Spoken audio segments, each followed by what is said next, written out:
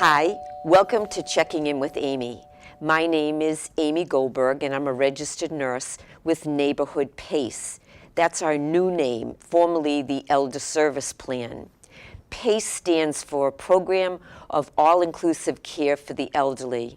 We service the areas of East Boston, Chelsea, Revere, Winthrop, and Everett, Malden, Medford, Melrose, Stoneham, and Boston's North End. And the goal of the program is to keep people living in their home, healthy, independent, in an active manner. Today, my guest is Dr. David Kaplan, who is a podiatrist. So welcome, David. Hey, welcome. Thanks for having me. Thank you for coming. So let's get right to it. First of all, what is the role of a podiatrist? What exactly do you do? Mostly we assess, we diagnose, and we treat the abnormalities and diseases related to the foot. We treat a variety of foot ailments, including calluses, corns, bunions, arch pain, plantar fasciitis. We usually spend most of our time worried about our patients with diabetes and wound care. That's the biggest challenge to podiatry. And we try to incorporate all the new technologies and research that come about so that we can make people more ambulatory and better healthy to walk and function today. Okay. So now when a patient goes to you, and right away you're checking out things when you're examining their foot. So you brought some shoes here and... Well, the first thing is when a patient comes to the office and they sit in the chair, the most important thing is to listen to the patient. You have to find out what's bringing them there today, what's their problem, and then you have to try to ascertain how you can make it so that they can walk better.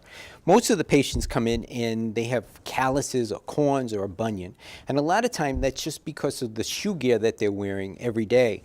I just picked an old pair of shoes out of my closet, and you could just look. These are my most comfortable shoes, and all my friends say you always wear the same style shoes. And I do, but you can see the wear and tear on the shoes. So when your shoes wear down, you don't have the traction. You can't put the foot down straight, as opposed to when you have a new pair of shoes and it keeps you straight. When you have a car, if you have a tire and the tire is in the right air pressure, you're not going to drive correctly. Same thing with the shoes. These are a brand new pair of shoes, and as anybody can see, they're perfectly flat, perfectly balanced. So when you have a new pair of shoes and they're perfectly flat and perfectly balanced, it's going to keep your hips straight, your lower back straight, your knees straight, and it takes all the stresses off all the joints in your body. So when you're walking, you're not walking with pain. And if you walk to one side, you're going to get a callus on the side of your foot, or you're going to get a bunion on the side of the foot. So it's always better to get rid of your shoes every 6 months to a year and make sure that your shoes are keeping you perfectly balanced so that you don't favor one side over the other and you don't develop a callus or an ulcer or any kind of wound. So for a woman, that would be wonderful. New shoes all the time. Well, the whole idea is, especially if you're a runner, throw out your shoes at least every 6 months to a year. If you're a walker, throw them away, because even though you're putting on these shoes and you're comfortable and they have no traction, you wear something like this in the ice and the snow, you're going to fall. You have no traction and nothing to hold it. And also, if your shoe is not perfectly balanced and perfectly straight, your hips are going to go to one side. And that's how a lot of people fall and break their hips and break their knees. So the whole idea is to have a good pair of shoes, which is your foundation of your body. So if your foundation is good, your whole body is going to be good. So most of the problems you could just address with just getting a new pair of shoes, especially a diabetic, because diabetics, when they're walking, they don't know that they're not feeling something, and they can even have something growing on the bottom of their foot and they don't know it. Just by having a new pair of shoes evens the terrain so that they're walking perfectly straight, heel to toe, and they're not putting any more pressure on one area of their foot. That's excellent.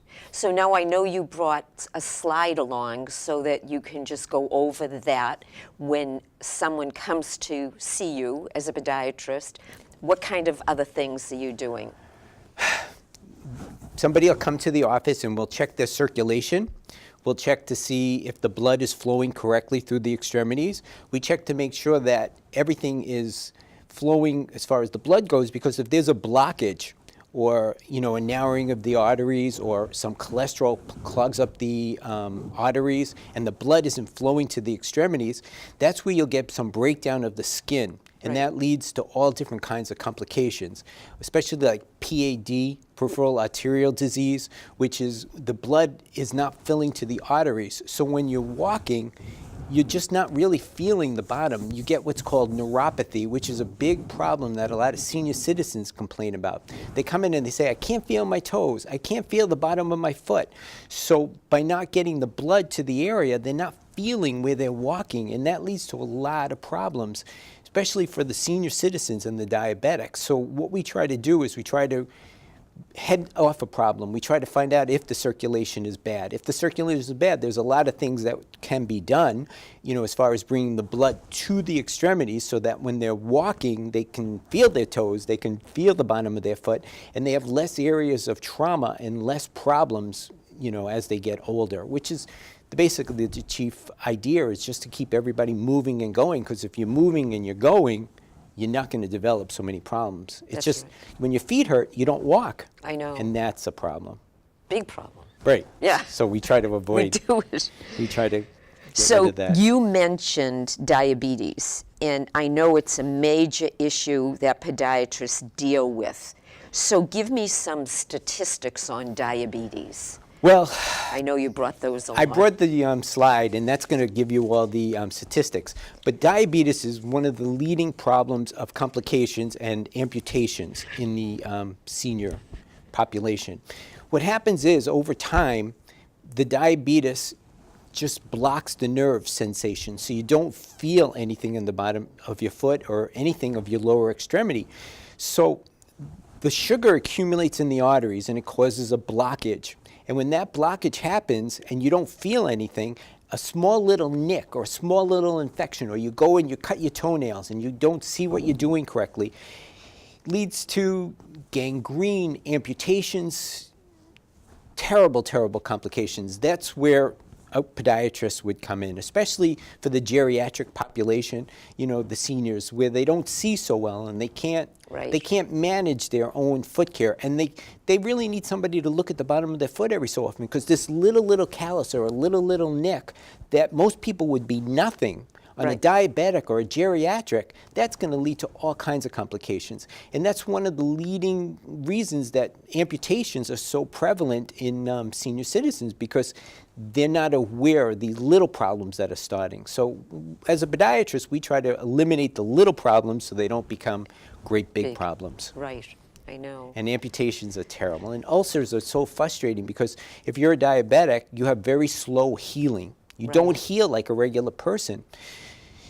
Well, you heal like a regular person, but you just heal much slower. So, Right.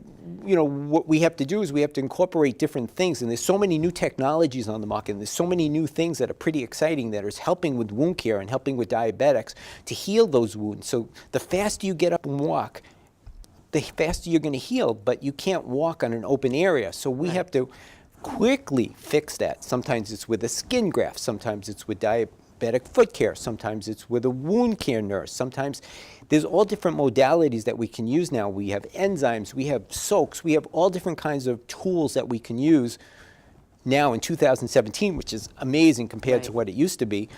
But the diabetics have to be seen by the podiatrist, because if they're not, these little things, it's too late and there's nothing we can do. Right, and some that's what people leads them ignore to- it, and That's the big huge. problem. That is a huge problem, where they Right. ignore their foot care, and they don't realize they can't bend over. That's what they go, Right. Doc, I can't bend over, I can't. And they go and they just nip, and they nip a piece of a toe, and they don't even know that they nipped a Right. piece of a toe. They don't feel it. They're diabetic, and they can't see so well, and they don't even see a puddle of blood on the floor. Right. Which is such a problem. It leads to so many complications, where something that could be just with some good care and Right. some prophylactic care could be avoided. And Right. we don't have to have those amputations. We don't have to have those ulcerations. We don't have to have all that wound care. And we can keep everybody healthy and ambulatory and walking. And How often should someone see a podiatrist? well, especially if somebody is diabetic, they should see a podiatrist more frequently. But every 6 to 8 to 12 weeks is usually a very Okay. good guideline. If you have good circulation and you don't have any problems, every 12 weeks is fine. If not, Okay. 6 to 8 weeks. Good to Neighborhood PACE usually encourages earlier foot care for their diabetics to avoid any of these problems, because somebody that has to have an amputation, that's so time consuming, it's Right. so expensive, it's so debilitating, it leads to so many other problems. It leads to non-ambulatory, which leads to bad hips, which leads to bad knees, which leads to all different other Yeah. problems. So the whole idea of the program is just to get the people in, seen, preventive foot care, Right. walk, and enjoy your life. That's right. Good attitude. Yeah.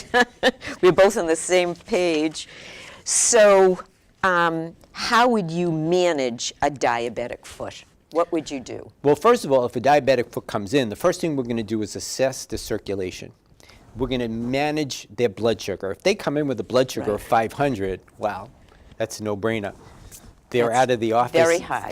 They get sent right to the emergency room because that blood sugar has to come down to normal range. That is the most important thing a diabetic can do. So, that involves their nutrition, that involves their exercise and making the right choices Right. when they eat and, not having foods that are going to clog their arteries. So that's the most important thing. But once their blood sugar gets down and they come to the office, you look at the foot and you look to see if the circulation is okay, if there's hair growth, because if there's hair growth, if water don't flow, grass don't grow. So if somebody loses the hair growth on their legs and their toes, chances are their circulation is not great, and you need to have that checked because that's the key, is the circulation. So if the circulation is good, we can heal just about anything. If the circulation isn't good, they have to get right to the vascular doctor, and Okay.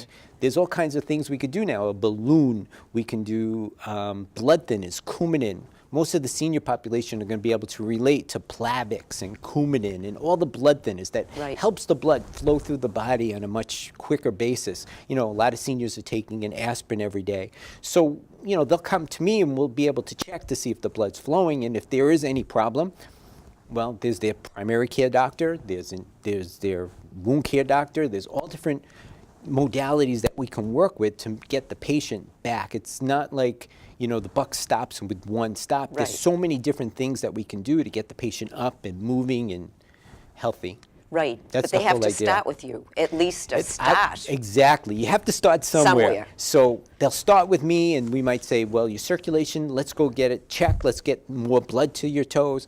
Let's get your blood sugar under control. Right. Let's get you up and moving. Let's get you some physical therapy, because a lot of patients will come in and they say, Doc, I want to walk. I know I have to walk, but I But it feel like I'm hurts." going to fall. Right. So, we'll have physical therapy that'll give them a falling prevention therapy. I mean, Neighborhood PACE has all these different avenues that the patient can use to be stronger and healthier and move. That's it, just move. Right. Eat well and move. Yeah, I like both of them. I'm trying. So I think you incorporated in your talking to me that what causes a diabetic ulcer, you said about the blood sugar, and that the diabetics are prone to foot ulcers because of the circulation. Well, it's not so much the circulation. Diabetics, what happens is, when you're a diabetic, your eyes, your feet, your distal extremities, what happens is you lose the sensation. So it's not even so much with the circulation, but circulation is a big part. You lose the sensation. You get what's called neuropathy, which is Right. abnormal sensation in your distal aspects. So you'll be walking and there'll be a rock in your shoe and you won't know it. You just keep walking, and then that rock gets embedded in your foot, or there's a tear in your skin or something like that. So that's going to create a wound. A wound is anytime there's an opening in the skin is a wound. And if you're a diabetic and you're out of control, you have slow healing. So that's my point. Something so minute, benign, if you just get into the doctor's office the next day, Right. you'll be fine in a week or Right. two. But if you leave it and it festers and more infection can get in there, especially if you're a diabetic, you could be looking at a 4 to 6 month debilitating and possible amputation just for something that would be so easy to fix right away. And you also brought some orthotics with you. Right. So let's talk a little bit about these. Okay, orthotics are great. What they do is they get rid of the pressure when somebody is walking. When somebody's walking, they're putting pressure because nobody walks the same way. So some people, you're supposed to walk heel to toe, but some people walk more on the side of their foot. Some people walk more towards the bunion, and they put more pressure. What this does is it gives you shock absorption. What shock absorption is it gives you sort of like a cushion. It's like 2.5 times whenever you're walking, that's your body weight. That's what you're putting on the bones of your foot. So what you do is if you get a pair of shoes and you slide something like this right inside your shoe, it goes flat. This will give you perfect control. And this will take care of all the pressure areas when you're walking and be like walking on a cloud. Dr. Scholl's makes some really good ones. You can go right into the drugstore, you get right on the machine, and it tells you your I've pressure seen areas, those, and yeah. you just go, it says go for C6 or go for D4, and it tells you what you would want. Huh. Now, if you're a runner, you want to take the stress off your knees and your hips. Right. You need something a little bit more rigid. So this is more reinforce the arch. So you also take this and you just slide it into your shoe. And what this will do is it controls the hips and the lower back, and it keeps you straight. So this does more than just shock absorption, but it's more for somebody that's more into sports, basketball, running, something where they're going to be putting much more body weight down. Right, and they right. want to control their foot so their foot stays in what's called the neutral position, so Yeah. that they don't go this way or go this way, invert or evert. You're keeping your foot straight. Because most people normally what they do is it's called pronation. A lot of people might have heard that. And that just means that your foot is not going perfectly straight, it's moving to the side. So a orthotic on somebody that's younger into sports, this will keep your foot perfectly straight and prevent any stresses on your hips, your knees, and your backs. They're great. But I suggest for everybody something that'll do shock absorption. These are great. You get them right in the drugstore. You put them right in your shoe. Yep. And it just takes the pressure off the bones. Makes so, sense. So it's Simple. so much easier because as you're getting more mature, you're losing the fat pad in your foot. You know, that Right. natural cushion in your hands and your feet. So you're walking more on your bones. So you need something to take the pressure off those bones. Because if you're walking on your bones, just think about it. When you're raking the yard, that's Right. how you get calluses on your hands. So you're going to get calluses on the bottom of your foot. And they're so painful and they hurt. And if you're diabetic and they get too thick, that's how you're going to get an ulcer. Right, So you put these right in your shoe, slide it right in. Simple. A simple fix. You'll be Yeah. perfect. Yeah. Well, you know. So let's discuss foot complications. Sometimes, no matter what, there's complications. So let's talk a little bit about that. Well, with anything that, you're going to try and do, sometimes you're just born with a bunion. You're born with a hammer toe. Your toe might be straight. You might have the bump on the side. Your toes may Yeah. not be perfectly straight. They may be hammered. So when you're wearing a shoe, no matter what they're going to do, they're going to rub on top of the shoe. They're going to rub on the side of the shoe. You're born like that. Either you can have it surgically fixed, which is great. There are great results today with bunion surgery. We break the bone and we set it into a perfect position so the Yeah. toe goes perfectly straight. Same thing with the toes. You have hammer toes. We can break them, we can straighten them, and they'll be beautiful. Somebody that's older may not be eligible for surgery because you have to understand, with surgery, the general anesthesia takes a toll, Exactly. and the healing may not be so good. So, you're an older person and you come to me and you want something for relief. So, Right. of course, shoe gear is important because you need enough room for the abnormalities like the bunion and the hammer toes. And sometimes it's just a matter of the material of the shoes. Leather is good, but it's not good for everybody. Some people need a material that sort of stretches so that it Right. accommodates for the bunion and toes. And they make a lot of stylish shoes that, have plenty of room for the toes and the bunions. And some people need extra wide shoes, but they never bought wide shoes. They just buy regular shoes, so they're taking like 3 pounds of sausage and putting it in a 2-pound case. Yeah. So, that leads to a lot of complications because you're going to get a lot of rubbing, you're going to get a lot Right. of ulcerations, a lot of irritation. So, sometimes it's just, you just have to take stock in what you got Right. and what you can do because surgery and correction is not for everybody. Right. Some people, we just have to accommodate their abnormalities so that, they can walk and do. Sometimes it's just too late for surgery. And Right. you don't want to complicate your life. It's not for everybody. So sometimes there are other things that we can do. The orthotics work great. Shoe gear works great. And, all these different kind of apparatuses that we have, just to accommodate for Right. any bony abnormalities that you might have.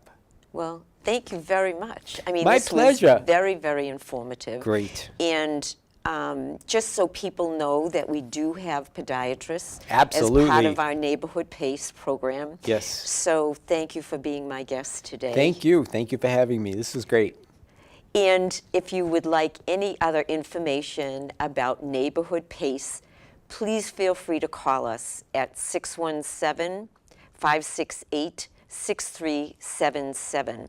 And again, thank you for tuning in to Checking In with Amy, and I look forward to seeing you again. Bye now.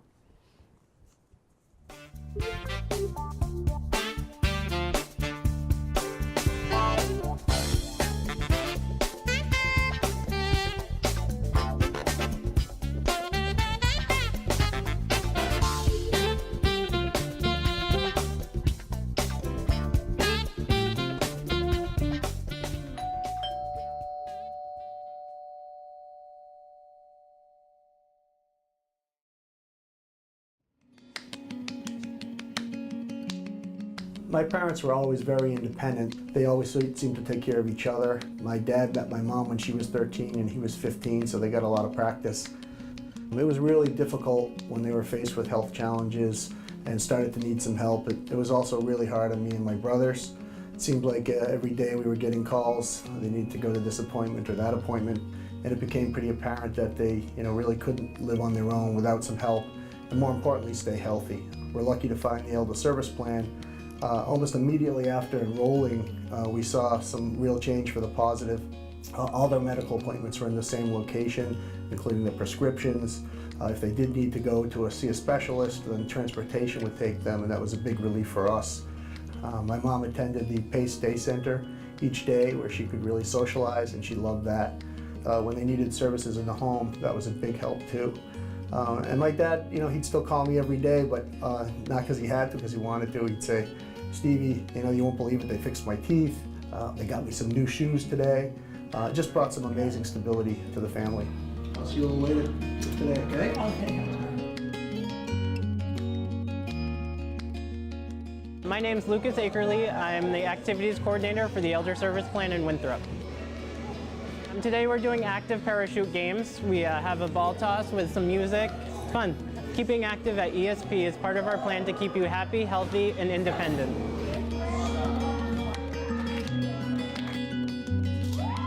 Our mission at the Elder Service Plan is to keep our participants living safely in the community. And we do that in a number of ways, the first being with the physician and the entire team to take care of the person medically.